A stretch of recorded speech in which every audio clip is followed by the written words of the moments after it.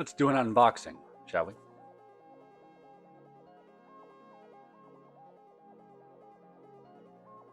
Nice t-shirt. Wired for adventure. There's nothing like good adventure.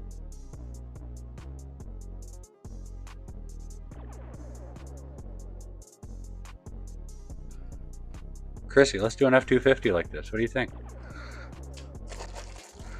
Oh, and the purple. The purple looks sick.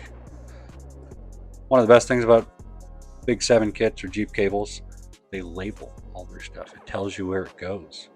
This goes to the fender. It goes to your negative battery terminal. I'm telling you, it does not get easier than this, folks. And guess what? This is a positive because it's red. That makes That's a big old kit.